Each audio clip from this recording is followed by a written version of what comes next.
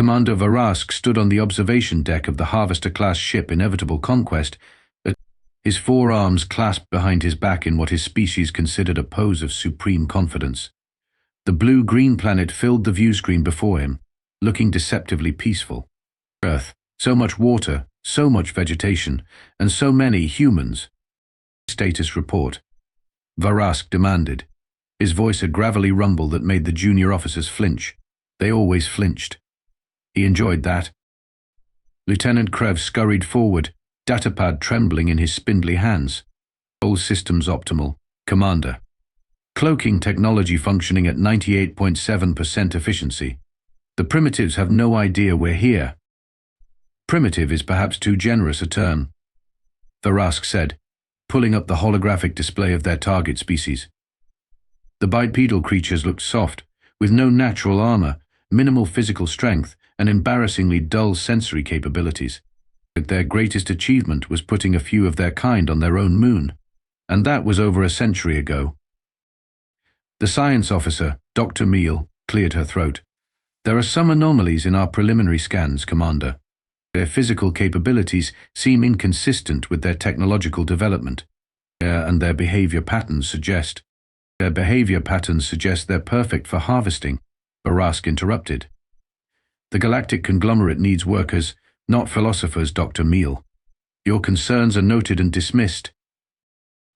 Dr. Meal's face tendrils curled in subtle disapproval, but she knew better than to argue with Varask.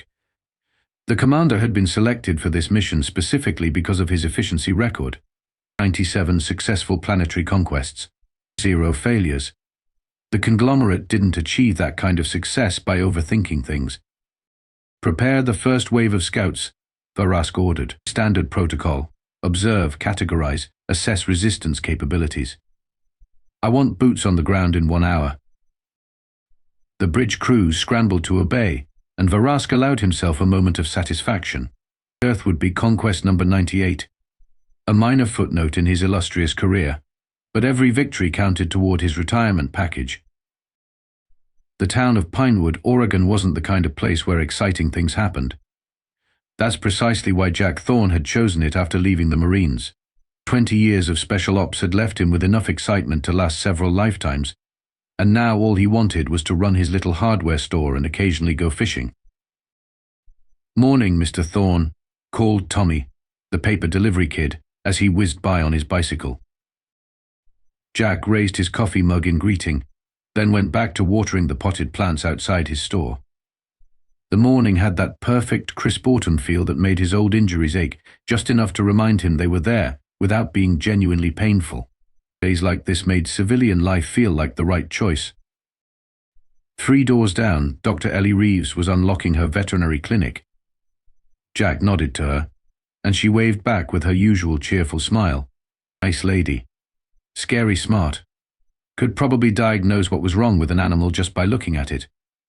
Jack had seen her set a broken bird wing with the kind of precision that reminded him of field medics he'd known. Across the street, Marcus Tank Williams was already opening up his gym. The former NFL linebacker had moved to Pinewood around the same time as Jack, and they'd formed an easy friendship based largely on their mutual appreciation for peace and quiet. Despite his nickname and massive frame, Tank was possibly the gentlest soul Jack had ever met. Unless you counted the time some out-of-towner had tried to harass one of the high school girls working at the diner, Tank had simply picked the man up by his collar and belt and placed him outside like an unwanted piece of furniture. Just another quiet morning in Pinewood. Until it wasn't. Jack noticed at first a subtle wrongness in the air. A pressure change that made his ears pop slightly. Years of combat had taught him to trust that feeling. Something was coming. The sky above Main Street shimmered, like heat waves on asphalt in summer, except it was barely 60 degrees out. Then suddenly there it was, a metallic oval about the size of a delivery truck, hovering 20 feet above the street. "Well, that's different," Jack muttered, setting down his watering can with deliberate calm. Across the street, Tank had stepped outside his gym and was staring upward, massive arms crossed over his chest. Down the block, Ellie had paused with her keys still in the clinic door. The oval split open at the bottom, and 5 figures descended on glowing platforms. They were tall, 4-armed, with mottled purple-grey skin and faces that reminded Jack uncomfortably of praying mantises. Each carried what was unmistakably a weapon, even if the design was unlike anything Jack had seen before. The lead alien stepped forward and activated something on its wrist. A booming voice echoed across the suddenly silent street. "Humans of Earth. We are representatives of the Galactic Conglomerate. Your species has been selected for integration into our labor force. Resistance is unnecessary and inadvisable. You will be treated humanely according to Conglomerate standards for Class 3 sentience." Jack took another sip of his coffee. In his experience, anyone who opened negotiations by telling you not to resist generally deserved extra resistance. The alien continued, "We will begin with a sampling of your population for assessment. Please remain calm." The aliens raised their weapons, which emitted a soft hum. Jack noticed Tank subtly shifting his stance the same way he used to set himself before a tackle, according to the football footage Jack had seen. Ellie had casually slipped something from her clinic into her pocket. "They don't seem to think much of us," Tank called across the street, his voice conversational despite the circumstances. Jack shrugged. "Can't really blame them. We do spend an awful lot of time watching cat videos." The alien leader turned toward Jack, its insectoid head tilting in what might have been confusion at this unexpected reaction. It adjusted something on its translator device. "Perhaps you do not understand. You are being conquered. This is a sampling mission." Jack set his coffee mug down on the window ledge. "Yeah, I got that part. Just wondering if you folks did your homework before showing up. Earth has a bit of a history with uninvited guests." The alien made a series of clicking sounds that the translator didn't catch, probably laughter, or the equivalent.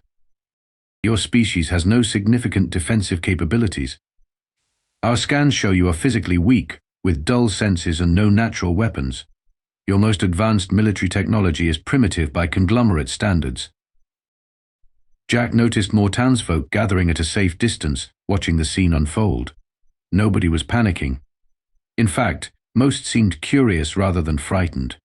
That's what the aliens were missing. Humans didn't scare easily, not even the so-called civilians. "Well," Jack said, stepping away from his storefront, "I guess we're about to have ourselves a learning experience." The alien leader raised what appeared to be a scanning device, pointing it directly at Jack. The subject displays unusual confidence, noting for further study. Little did they know, the real study was just beginning, and the aliens were the ones about to become the subjects. The alien scouts spread out along Main Street, scanning everything from fire hydrants to squirrels with equal parts fascination and disdain. Their leader, who had introduced himself as Scout Captain Drevik, seemed particularly interested in the humans themselves. "You," Drevik pointed at Ellie, who was leaning against her clinic door with professional curiosity. "What is your function?" "I'm a veterinarian," she replied calmly. "I treat animals when they're sick or injured." The alien's translator buzzed as it processed this information. Animal healer. Primitive medical knowledge. The classification. Minimal threat. Tank snorted from across the street. Anyone who'd seen Ellie put down a rabid coyote with a single tranquilizer dart from 50 yards away might disagree with that assessment. "And you?" "Large specimen." Drevik turned to Tank, scanner whirring. "I help people stay healthy," Tank said with a shrug that made his massive shoulders ripple. "Mostly by lifting heavy things and putting them back down again." The alien's head tilted. Physical trainer, larger than average but slow-moving. Her classification, minor threat.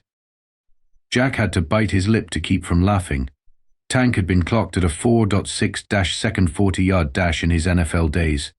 Slow was not in his vocabulary. One of the other aliens was examining Jack's hardware store inventory through the window.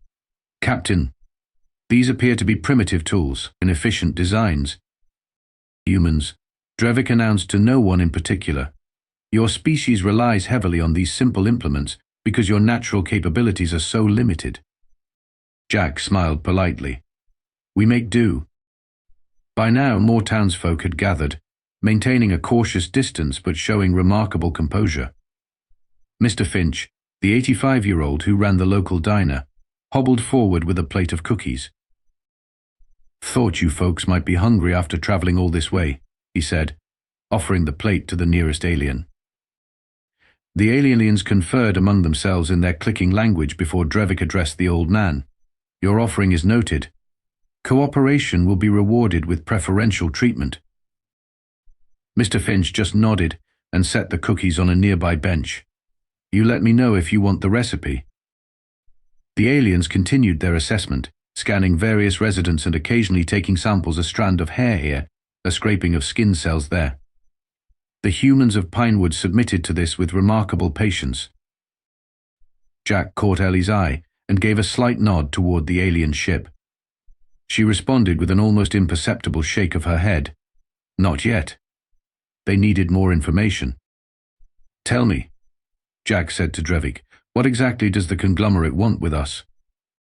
The alien seemed pleased by the question. "Your species possesses adequate manual dexterity and basic problem-solving skills. You will make excellent maintenance workers for our central systems. Your small size allows access to confined spaces that larger species find difficult." "So we're being recruited as the galaxy's plumbers?" Tank asked with a raised eyebrow. "That assessment is crude but essentially correct," Drevik replied. "Your young will be educated in appropriate skills. Your adults will serve where assigned." Jack nodded thoughtfully. "And if we don't want to be recruited?" The aliens' weapons hummed slightly louder. "Resistance is unnecessary and inadvisable. Previous encounters with similar species indicate you lack both the physical capabilities and technological advancement to oppose the conglomerate." "Similar species?" Ellie asked, professional curiosity evident in her voice. "What species would those be?" "The Ziblaxians of Sector 9. The Morinth of the Outer Rings, both bipedal, both lacking natural defenses, both now productive members of the conglomerate workforce." Jack exchanged glances with Tank and Ellie. The aliens had obviously done their homework on human physiology, but had missed something fundamental about human nature. "I notice you're just a scouting party," Jack said casually. "The real invasion force is still up there, I assume?" He pointed skyward. Drevik's mandibles clicked. "Commander Varask leads the full contingent from the harvester ship. Once our assessment is complete, large-scale collection will begin." "Collection," Tank repeated, his voice flat. "That's a nice way of saying roundup." One of the aliens approached Drevik with a datapad. "Captain, preliminary scans indicate these specimens are representative of the species. Shall we begin taking samples for the commander?" Drevik nodded. "Select 3 for initial processing." The alien pointed at Jack, Ellie, and Tank. "These 3 display distinct physical characteristics. They will provide a useful cross-section." Jack sighed. "You know, I really was looking forward to a quiet day." Drevik raised what appeared to be some kind of control device. "You will accompany us to the harvester for processing. Cooperation is advised." Tank cracked his knuckles. "Does anyone ever actually cooperate when you say that?" Before Drevik could respond, a humming field enveloped the 3 humans. Jack felt a strange tingling sensation, then watched as Pinewood's main street faded from view. The game was about to change. Jack regained consciousness on a cold metal surface that hummed slightly beneath him. His first thought was, "This beats waking up in that Taliban cave," which probably said something about his unusual life experiences. He opened his eyes to find himself in what could only be described as a classic alien laboratory, complete with mysterious glowing equipment and transparent containment units. Ellie and Tank were in similar units to his left, already awake and looking surprisingly unperturbed by their circumstances. Tank was actually examining the transparent material of his enclosure with professional interest, tapping it lightly with his knuckles. "Good of you to join us," Ellie called over. "You've been out for about 20 minutes.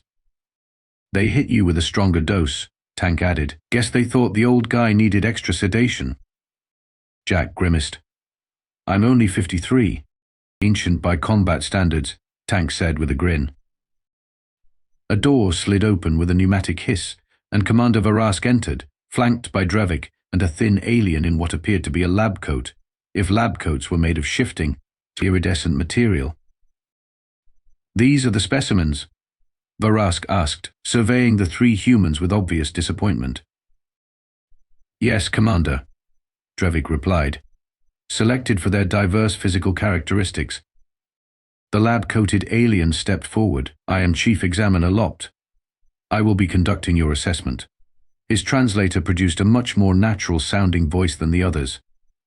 "Please understand that cooperation will result in minimal discomfort." Jack sat up slowly. "What exactly does this assessment involve?" "Standard procedures," Lopt replied. "Tissue sampling, stress testing, cognitive evaluation, pain threshold determination." "Pain threshold?" Ellie asked, her voice carefully neutral. "A necessary component of worker assignment," Lopt explained as if discussing the weather. "Different tasks require different tolerance levels." Tank pressed his palm against the transparent barrier. "You might want to reconsider that part of your program." Varask made a dismissive gesture. "Your species has been thoroughly researched, human. You lack significant pain tolerance compared to conglomerate standards." Jack exchanged glances with Ellie and Tank. There it was again, that fundamental misunderstanding. "I'm curious," Ellie said, slipping into her professional voice. "What sort of research are you basing these assessments on?" Lopt seemed pleased by the question. "We have monitored your global information networks for decades. We have observed your recreational activities, medical responses, and conflict resolutions. Your species seeks comfort and avoids discomfort at all costs. You've been watching our TV shows," Jack translated. "And social media," Tank added. "Ah," Ellie nodded. "That explains a lot." Commander Varask grew impatient. "Begin the procedures. Examiner, I want preliminary results within the hour." The commander, a new voice called from the doorway. "Dr. Meal." The science officer from the bridge entered with a datapad. "I have completed additional analysis of planetary data. There are concerning anomalies you should review." Varask's mandibles clicked in irritation. "Your concerns have been noted and dismissed, Dr. Meal." "With respect, Commander, the historical data suggests..." "It suggests nothing except your own excessive caution," Varask interrupted. "These creatures barely survived their own primitive nuclear era. They spend most of their time watching moving images and arguing about them." Jack couldn't help himself. "He's got us there." Dr. Meal's face tendrils curled in what might have been the alien equivalent of a frown. "The Commander, their historical records indicate..." "Enough." Varask barked. "Continue your research if you must, but do not interrupt actual progress again." He turned to Lopt.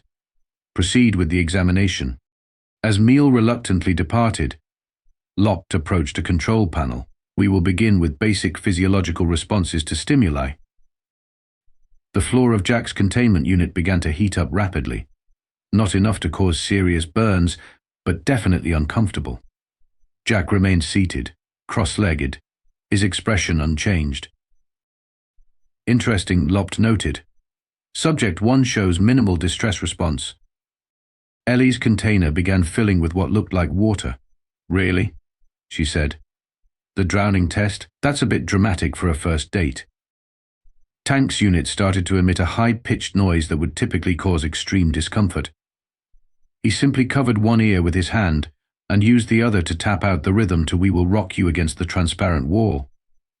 Lopt stared at his readings in confusion. "The Commander, they are displaying a typical resistance to standard stress stimuli."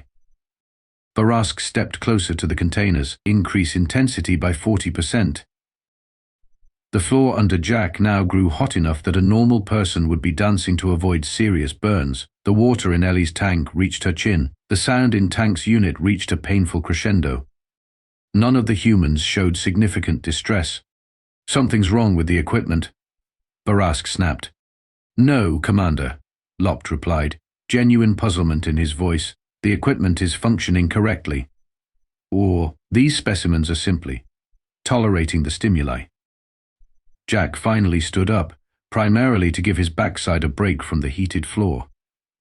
"Look, I had bamboo shoots shoved under my fingernails in North Korea.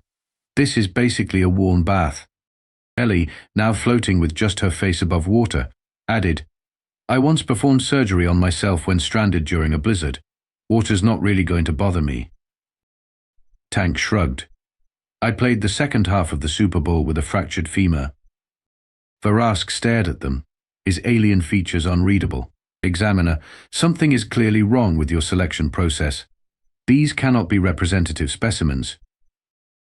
Oh, but we are, Jack said with a smile that had made hardened terrorists reconsider their life choices. We're just ordinary folks from a small town, nothing special about us at all.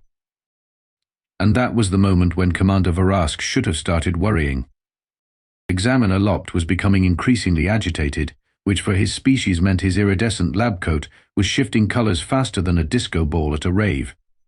He had moved from basic stress tests to more invasive procedures, yet the results remained perplexing.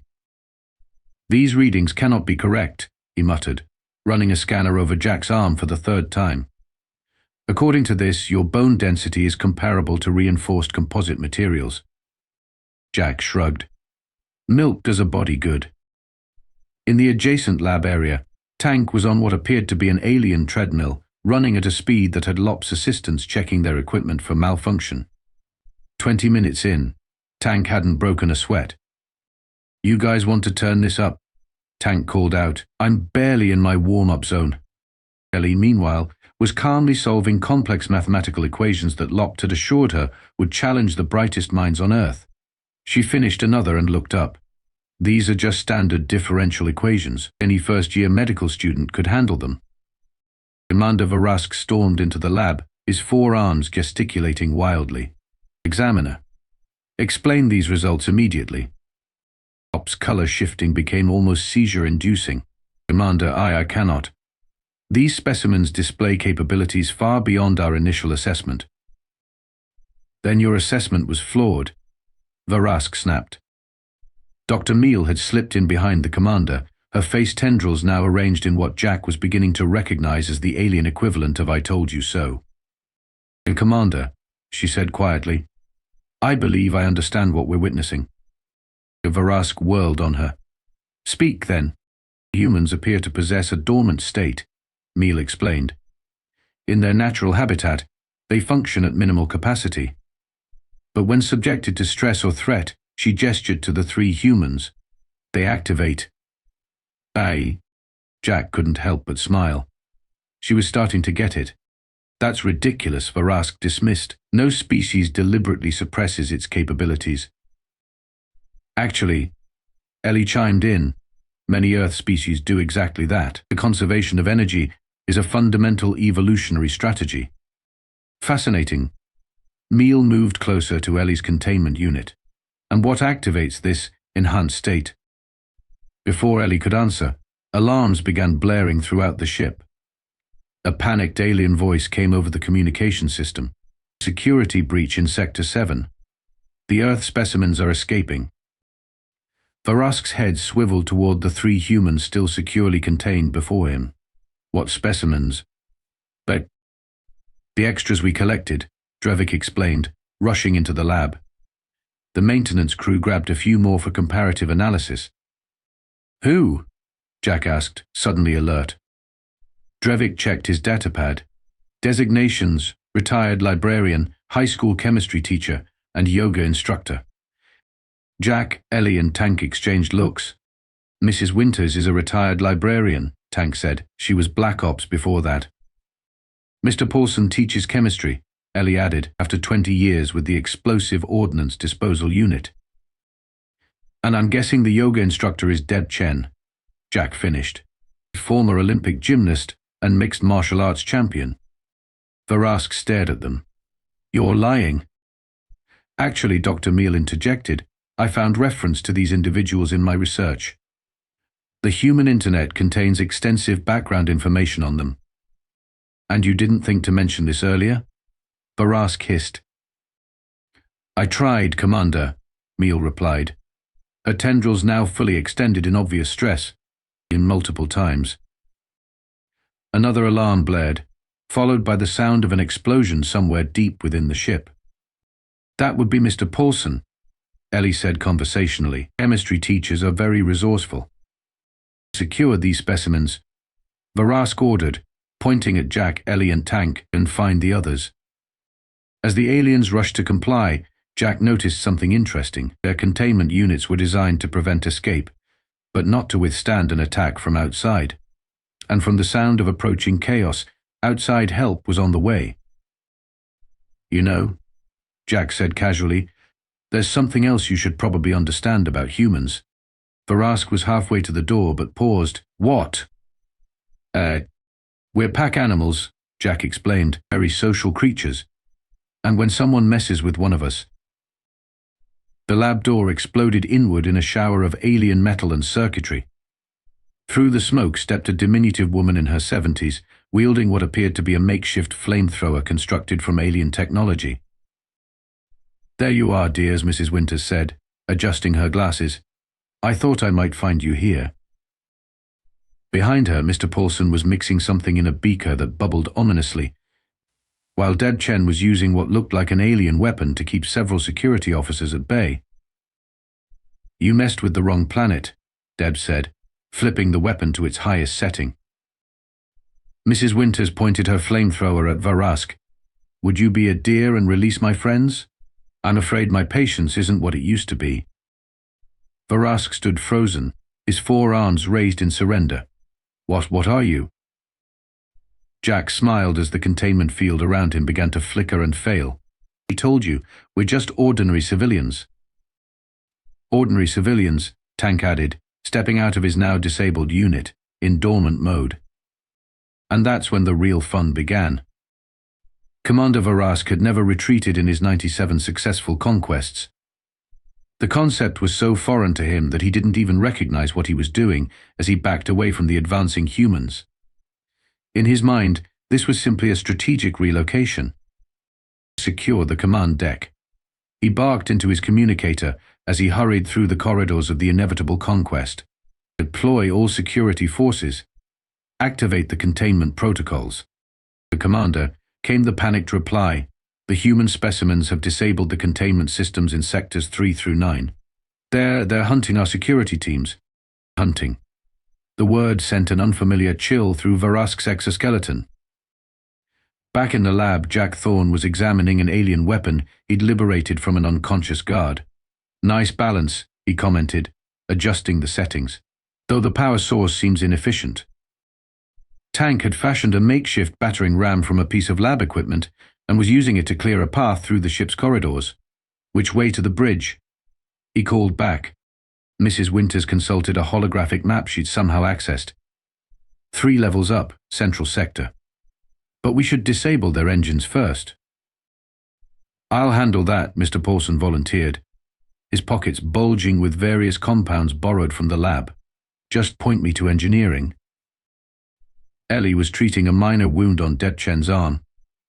"Alien weapon burns aren't much different from plasma burns," she explained as she applied a stolen medical gel, "though the cellular regeneration rate is fascinating."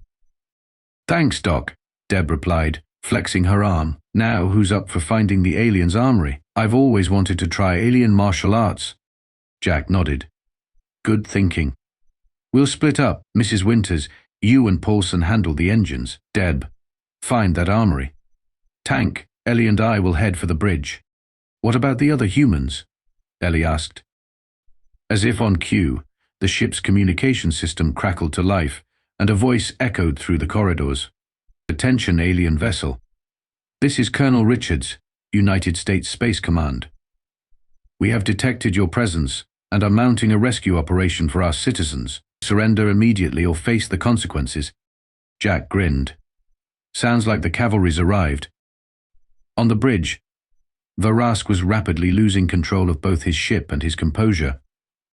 "What do you mean, Space Command?" he demanded. "Their species barely has orbital capabilities." The communication officer's tendrils were twitching erratically. "Unknown, Commander. But we're detecting multiple small craft approaching from Earth's surface. They appear to be military in nature." "Impossible." Varask slammed all 4 fists on the command console. "Our intelligence indicated no significant space defense capability." Dr. Meal entered the bridge, somehow maintaining her composure despite the chaos. "Commander, I believe I understand what's happening. The humans have been deceiving us. Explain. Varask snarled. Their public networks, what they call the internet, contain vast amounts of misinformation alongside factual data. They deliberately obscure their true capabilities. Meal's tendrils curled thoughtfully. It appears to be a species-wide defense strategy. A massive explosion rocked the ship, sending several crew members tumbling to the floor. Engineering reports critical damage. The tactical officer cried, "Someone has introduced a highly volatile compound into the secondary propulsion system." Mr. Paulson's handiwork, came Jack's voice from the bridge entrance. He stood there flanked by Tank and Ellie, all three now armed with alien weapons. Chemistry teachers are very creative. Varask drew himself up to his full height. "You think you've won? This ship carries 5,000 elite conglomerate troops. You are 6 humans." 7, actually, came a new voice as Dead Chen dropped from a maintenance shaft in the ceiling, landing gracefully behind the alien commander. "And we're not just humans. We're humans who've been activated." Varask lunged for the emergency controls, but Tank moved with surprising speed for someone his size, crossing the bridge in 3 strides and lifting the alien commander bodily from the floor. "You know," Tank said conversationally, "before I got into football, I was considering a career in wrestling. It's funny how life works out." Ellie had already taken control of the communications console, working with remarkable ease despite the alien technology. "Colonel Richards, this is Dr. Ellie Reeves. We've secured the bridge." "Copy that, Doctor," came the reply. "Our boarding teams are mopping up resistance throughout the ship. Hold position." Jack approached Varask, who was still dangling from Tank's grip. "So, Commander, I'm curious. In those 97 successful conquests, did you ever encounter a species that went from docile prey to apex predator in under 6 hours?" Varask's mandibles clicked weakly. What are you?" "We told you," Jack said with a smile that didn't quite reach his eyes. "We're just ordinary civilians. But here's the thing about human civilians that your research missed. We're all descended from the most successful predators our planet ever produced. We're just dormant. Until we're not." The sound of organized human military forces moving through the ship grew louder. Dr. Meal, who had remained quietly observing, finally spoke. "Commander, I believe the appropriate course of action is surrender." For the first time in his illustrious career, Commander Varask found himself agreeing with the science officer.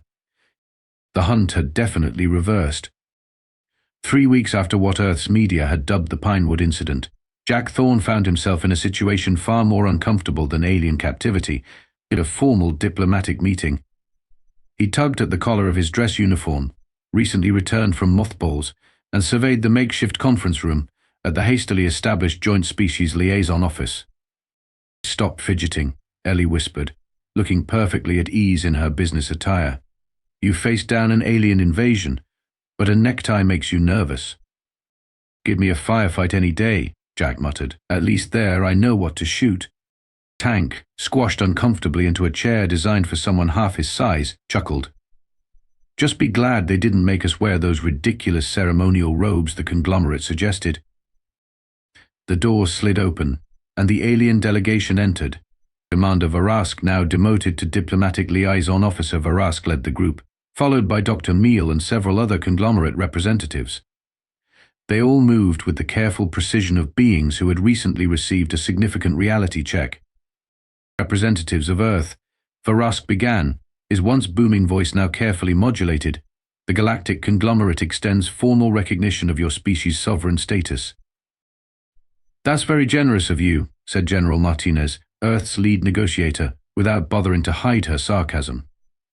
"Especially considering the alternative was having more of your ships turned into scrap metal."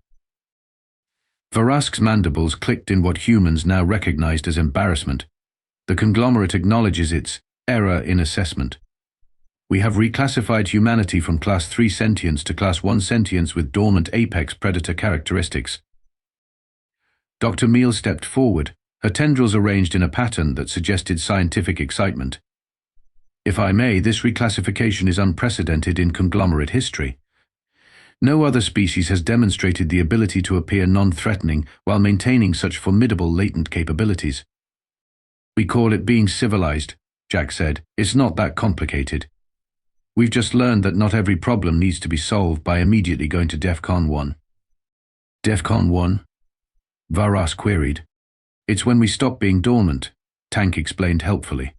You got to see a small demonstration. Varask somehow managed to look even more uncomfortable. Yes, the conglomerate battle fleet was impressed by your response capabilities. With 3 of your destroyers and a command carrier, General Martinez reminded him, disabled by a planetary defense system you didn't even know we had. Yes, well, Varask's translator produced something like a throat-clearing sound. The conglomerate proposes a mutual defense pact and trade agreement. We believe there is much our species can learn from each other. Like how to knock before entering someone's solar system, Mrs. Winters suggested from her seat in the observer section. She'd insisted on attending, claiming her experience with aggressive negotiations might prove useful. But Dr. Meal, ever the scientist, couldn't contain her curiosity. If I may ask this dormancy of yours, how do you maintain it? The psychological discipline required must be extraordinary. Jack, Ellie and Tank exchanged glances. It's not discipline, Ellie explained, it's preference. We've learned that most problems can be solved without violence. We choose cooperation because it's more efficient, not because we're incapable of conflict.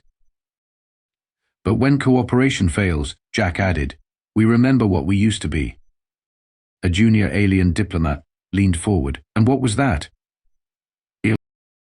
The last thing a lot of prehistoric animals ever saw, Tank said with a grin. The diplomatic proceedings continued for several hours, establishing the framework for humanity's introduction to the galactic community.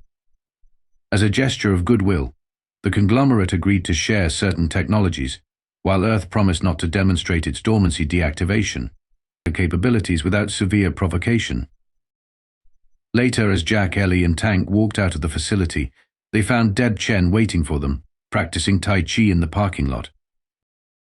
How'd it go? She asked, transitioning smoothly from White Crane Spread's wings to grasp Sparrow's tail. Earth is now officially classified as approach with extreme caution in the Galactic Conglomerate database, Jack said. Apparently, we're the first species they've encountered that looks like prey but acts like an apex predator when poked. They're still trying to understand how we can watch cat videos for hours and then suddenly dismantle an invasion force, Ellie added. Tank stretched his massive frame. I told them it's simple. We're just regular people who prefer peace but remember our ancestors. Nothing special about us at all. Deb completed her form and smiled. So, what now? Jack looked up at the stars, now knowing what and who was out there. Now we go back to being dormant. I've got a hardware store to run. And I have animals to heal, Ellie said. And I need to get back to my gym, Tank added. Monday is leg day. As they walked to their cars, Jack couldn't help but smile. The galaxy had just learned an important lesson. Earth wasn't a planet of helpless creatures ready for harvesting. It was a world of apex predators who had simply chosen to be civilized. Until they weren't.